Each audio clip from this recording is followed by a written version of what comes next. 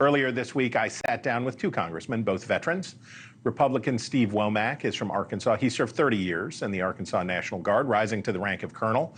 After the September 11th attacks, he was deployed to the Middle East.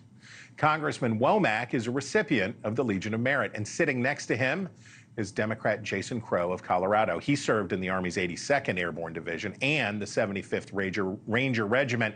Rising to the rank of captain, he was deployed to both Iraq and Afghanistan. Congressman Crow is a recipient of the Bronze Star for his actions as a platoon leader during the Battle of Samawa in Iraq. Here's our conversation.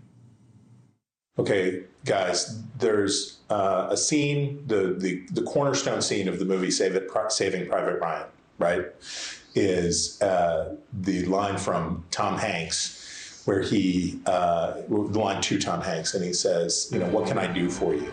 And he says, earn this, deserve this. And I've always taken that we have more than 1 million Americans who died at arms to protect and defend the Constitution.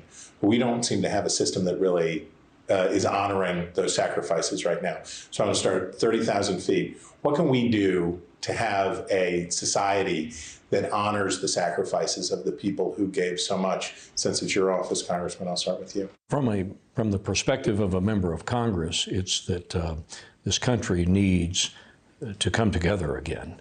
It needs to respect the fact that though we have many differences among the various peoples of this wonderful nation, at the end of the day, we have a shared, kind of a shared obligation, in my strong opinion, to be able to set aside some of those differences and be able to work for the common good, to move the needle, to inch forward the ball, if you will, to try to change the status quo, if that's what we're purposed in doing. So I just think coming together as a country again is how we can best honor the men and women who have sacrificed so much for our country. So that's easy, right? We'll just come together.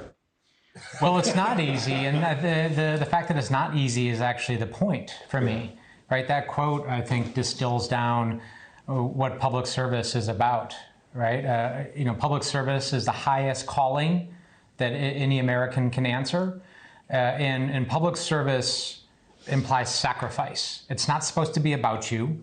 It's not supposed to be, advancing for you. It's not supposed to be comfortable.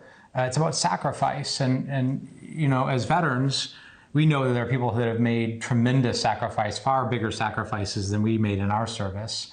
And we stand on the shoulders of those folks.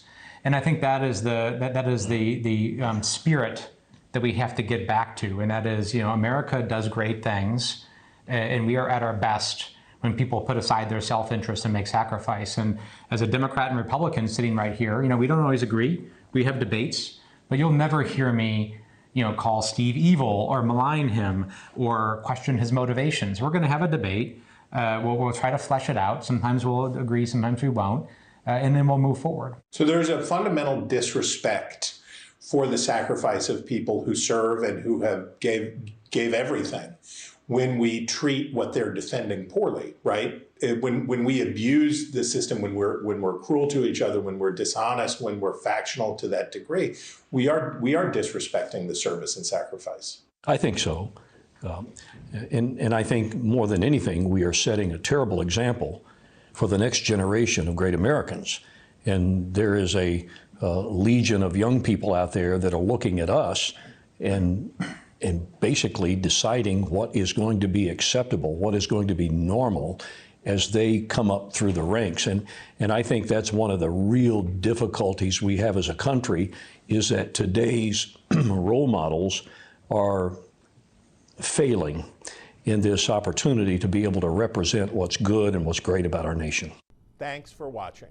Go to joinnn.com to find NewsNation on your television provider. And don't forget to click the red subscribe button below to get more of NewsNation's fact-driven, unbiased coverage.